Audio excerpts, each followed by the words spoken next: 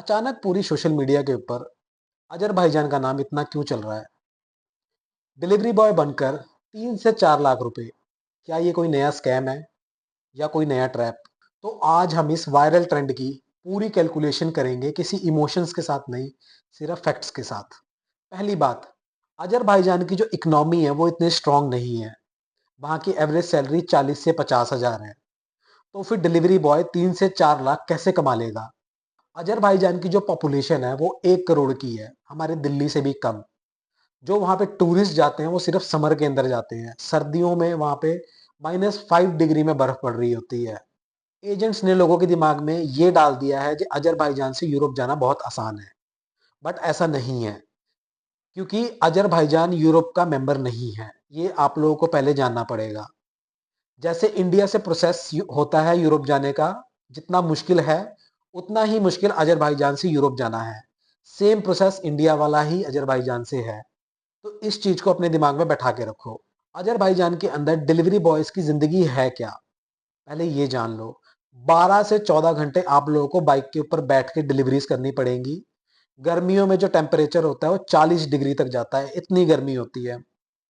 अगर बात करूं सर्दियों की, तो सर्दियों के अंदर जो टेम्परेचर होता है वो -5 तक जाता है। मतलब बर्फ बहुत ज्यादा पड़ती है वहां पे। और जो वहाँ पे कंपनीज हैं वो बोल्ट है और वहाँ की जो लोकल एप्स हैं, इसके अंदर जो कमीशन मिलती है वो 25 से 30%। अगर एकोमोडेशन की बात करूँ तो एकोमोडेशन कंपनियां प्रोवाइड नहीं करती हैं। आप लोगों को वहाँ पे शेयरिंग में रूम लेके रहना पड़ता है। तो खुद समझ जाओ जो कितना पैसा बचता होगा। ये वो बातें मैं आप लोगों को बता रहा हूँ जो एजेंट आप लोगों को कभी बताएंगे ही नहीं। एक एग्जाम्पल आप लोगों को देता हूँ, जे वहाँ पे डिलीवरी बॉय कितना कमा लेते हैं, इसको जस्ट एग्जाम्पल के तौर पे लगाना। मान लो आप महीने की 1 लाख की डिलीवरी कर रहे हो, 30% आपको कमीशन मिल रहा है, मतलब महीने का आप लोगों ने 30 हजार रुपये कमाया। अब इस 30 हजार के अंदर आप लोगों को अपना रेंट भी देना है, आप लोगों को अपना खाना भी करना है, और जो छोटे मोटे खर्चे होंगे वो अलग। ये मैं आप लोगों को बता रहा हूँ गर्मियों का एग्जाम्पल। अगर बात करें सर्दियों के अंदर, तो सर्दियों के अंदर टेम्परेचर ऑलरेडी माइनस के अंदर होता है, तो डिलीवरीज बहुत कम होती हैं। तो सर्दियों में जो काम होता है वो बहुत कम होता है। मतलब अगर गर्मियों में आप 1 लाख की डिलीवरी कर रहे हो, तो वही सर्दियों में 60 हजार की डिलीवरी होगी। तो 60 हजार का 30% जो कमीशन होएगा वो कितना होएगा, उस हिसाब से आप लोग सोच सकते हो। तो मतलब जो साल के 6 महीने होंगे उसमें आप अच्छा कमा सकते हो। 3 महीने में आप लोग थोड़ा सा प्रॉफिट कमा सकते हो, बाकी के 3 महीने आप लोग लॉस में जाओगे, क्योंकि इतनी ठंड होती है उसमें डिलीवरीज होनी बंद हो जाती हैं। तो मोटा माटी आप लोग जो कमाओगे महीने का वो 30 से लेकर 50 हजार तक ही कमाओगे। इससे ज़्यादा नहीं कमा पाओगे, जिसके अंदर आप लोगों का एक्सपेंस भी होएगा। मतलब 14 घंटे की डिलीवरी करने के बाद आप लोगों के पास गिना चुना 30 हजार से 50 हजार के बीच में बचेगा। अब जो हम बात करेंगे सबसे मेन पॉइंट के बारे में, वीज़ा ट्रैप। एजेंट क्या करते हैं, वो ये आपको बोलते हैं जो यहाँ से टूरिस्ट वीज़ा पे चले जाओ और वहाँ पे आपका वीज़ा हम कन्वर्ट करा देंगे और काम करना लीगल है। बट ये इलीगल है, टूरिस्ट के ऊपर आप वहाँ पे काम नहीं कर सकते हो। वहाँ जाने के बाद वीज़ा आप लोगों का कन्वर्ट हो जाएगा, 95% इम्पॉसिबल है। अगर आप लोग वहाँ पे टूरिस्ट के ऊपर काम करते हो तो इसके नुकसान क्या है? सबसे पहले, अगर पकड़े गए तो सीधा डिपोर्ट। दूसरा, कंपनी आप लोगों को कोई मेडिकल फैसिलिटी नहीं देती है।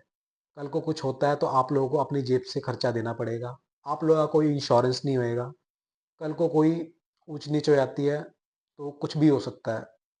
अब जो एजेंट्स हैं उन्होंने क्या किया हुआ है, इसको एक एज अ बिजनेस मॉडल बना के रखा हुआ है।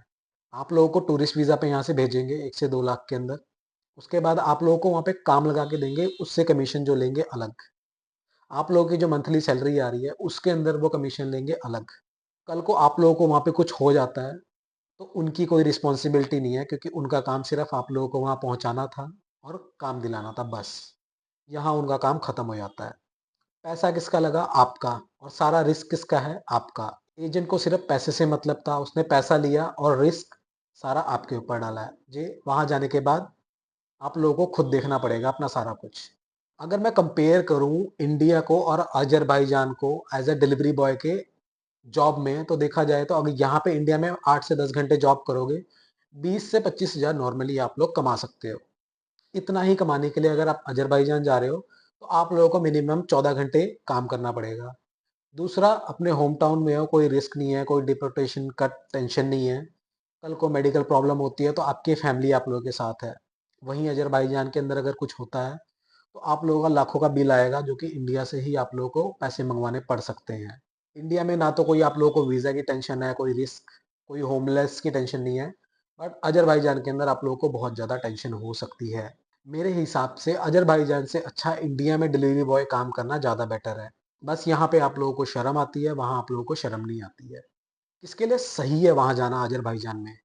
एज अ स्टूडेंट आप लोगों को वहाँ जाना बहुत ईजी है, क्योंकि स्टूडेंट्स को कॉलेज हेल्प करता है, यूनिवर्सिटी हेल्प करता है।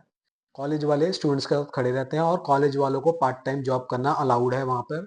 किसके लिए नहीं है वहाँ जाना अच्छा? जो लोग ये सोच रहे हैं हम लोन लेके एजेंट को पैसा देके वहाँ जाएं, तो उनके लिए बिल्कुल सही नहीं है।